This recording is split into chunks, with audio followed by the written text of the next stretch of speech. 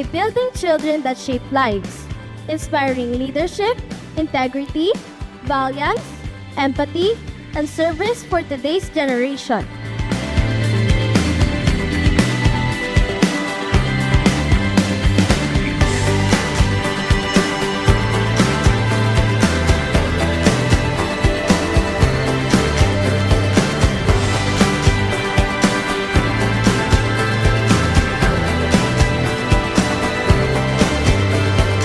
And to you or your gadgets, always remember this.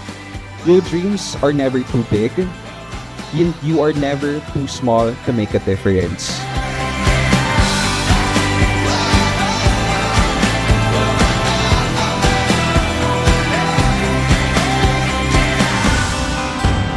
My fellow graduates, we have come a long way together. We have shared memories that will never be forgotten.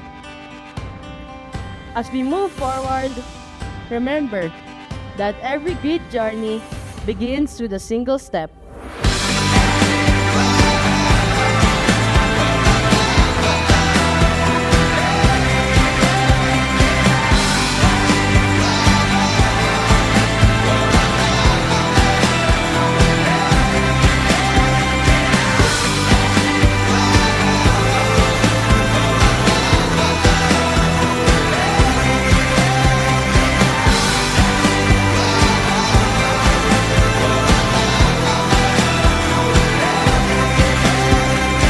So to our dear completers, please don't feel that you need to have everything figured out today.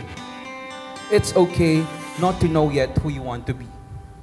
What matters is that you carry with you the values you've learned here, values that will guide you wherever life takes you.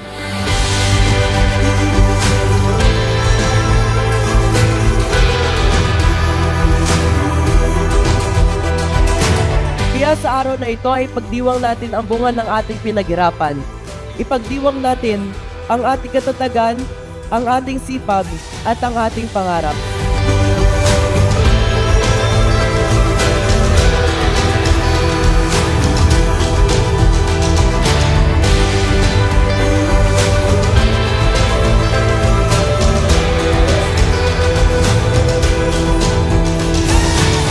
Today is a day of mixed emotions. A day that we've all been waiting for, yet one that also marks the end of a long and an unforgettable journey. My fellow completers, this day will forever live in me. And as we stand towards the edge of the future, ready to turn the page, we pause for a moment to look back and reminisce our beautiful memories.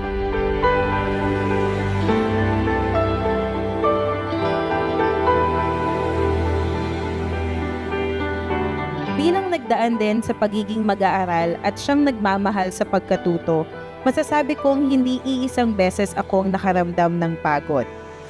Hindi iisang beses na natulak ako sa pagsuko.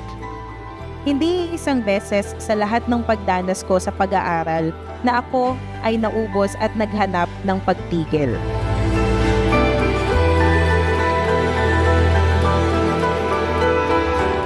I realized that success doesn't always mean standing out. Sometimes it means showing up, growing quietly, and not giving up.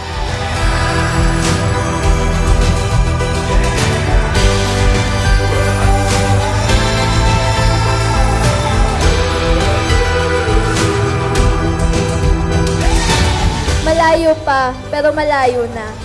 Naging mahaba man ang paglalakbay, nagawa nating maging pinakamahusay na bersyon ng ating mga sarili.